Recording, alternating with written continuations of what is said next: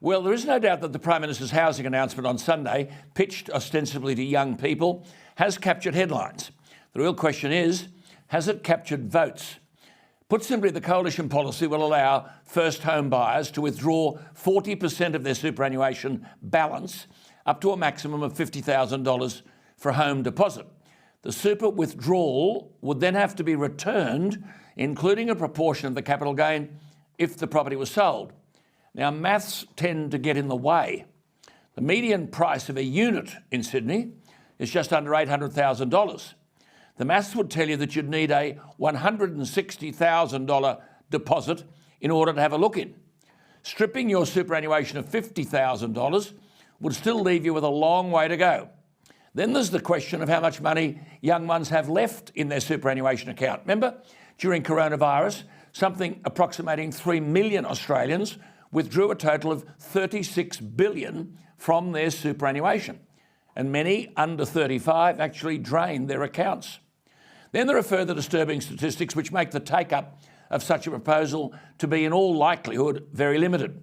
Tax Office statistics for the 2018-19 financial year show the average 30 to 34-year-old couple had a combined superannuation balance of $72,000.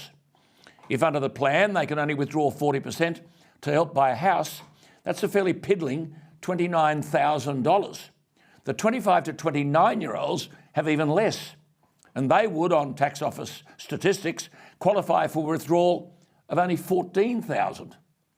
Well, the other thing to remember, of course, is that many of these young people carry significant HECS debts, which are a millstone around their necks for years.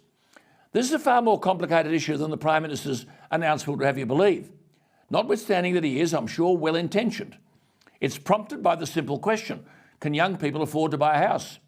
Compulsory superannuation, for all its advantages, is about taking money from the worker and sticking it aside for retirement. And currently that amount out of your pay is 10%, legislated to rise to 12%.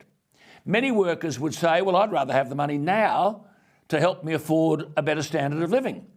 But the deductions are compulsory, made somewhat attractive by the fact that the super contributions are taxed at only 15 cents in the dollar. But of course, that also means that people on big salaries who would be paying a high rate of tax get the biggest benefit from the tax rate being reduced to 15 cents.